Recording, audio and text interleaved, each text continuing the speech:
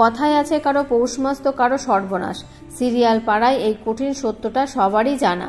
2 দিন আগেই বধুয়া এবং দ্বিতীয় বসন্ত শেষ হওয়ার খবর এসেছে।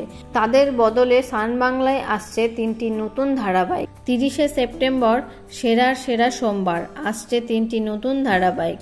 গৃহবধূ থেকে নিজের পরিচয় খুঁজে পাওয়ার গল্প আসছে কোন সে আলোর স্বপ্ন নিয়ে 30শে সেপ্টেম্বর থেকে প্রতিদিন রাত 8টায়।